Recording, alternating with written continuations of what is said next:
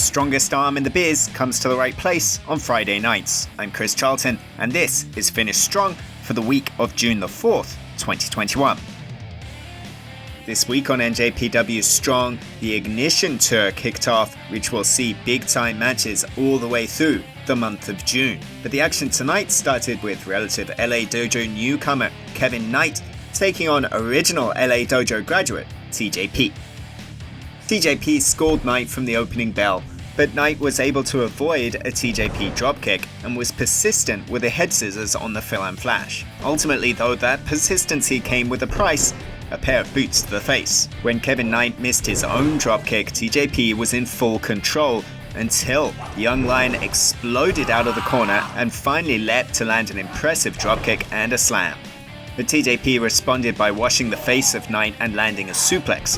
Though Kevin Knight avoided the Mamba splash and hit a corner splash of his own, TJP was ultimately able to bury the knees into the midsection of the LA Dojo trainee and lock in a Cobra twist for the win. Second match this evening saw Barrett Brown face Adrian Quest in a grudge match that had been building for a while. It was all about how Barrett Brown's ego was getting in the way of his tag team with Adrian Quest. And it certainly appeared like Barrett Brown had made new friends, entering with Bateman, who was keeping a watching brief at ringside and lending some advice to Barrett Brown in the early goings. That advice didn't really seem to pay off as Adrian Quest consistently frustrated and showed up Barrett Brown in the early goings.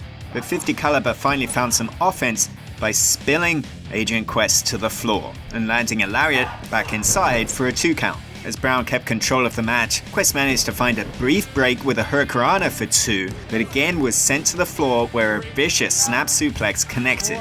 But young Fuego was able to will himself back inside and then connect with a spectacular springboard Frankensteiner to score big time damage. As the pace quickened, Quest connected with a shooting star off the apron to the floor, but back inside the ring, Brown was able to hit a shotgun knee for near falls of his own.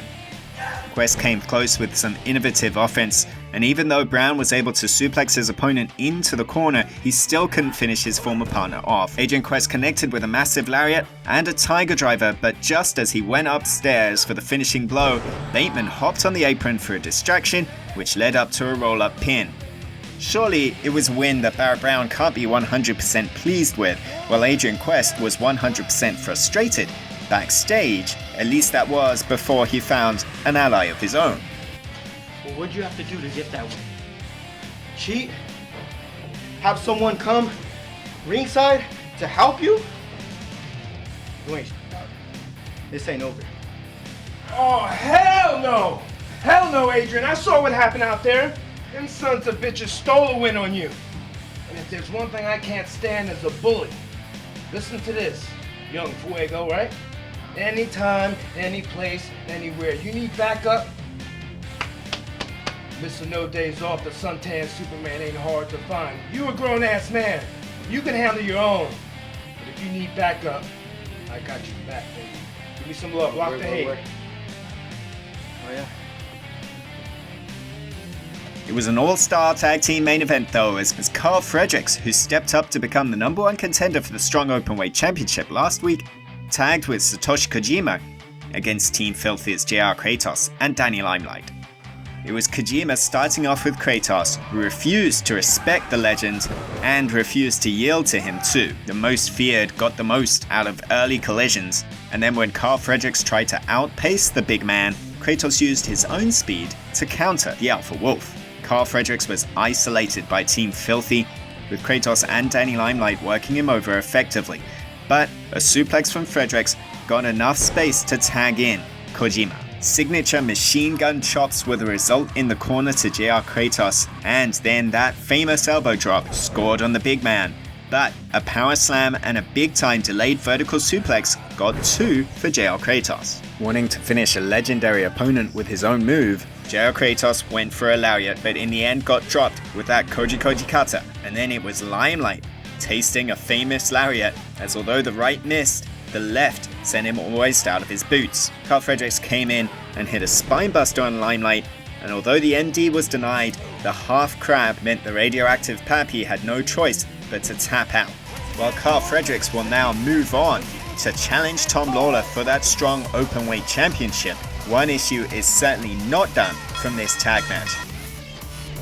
JR Kratos and Satoshi Kojima had to be pulled apart, and it seems a one-on-one meeting is inevitable down the road.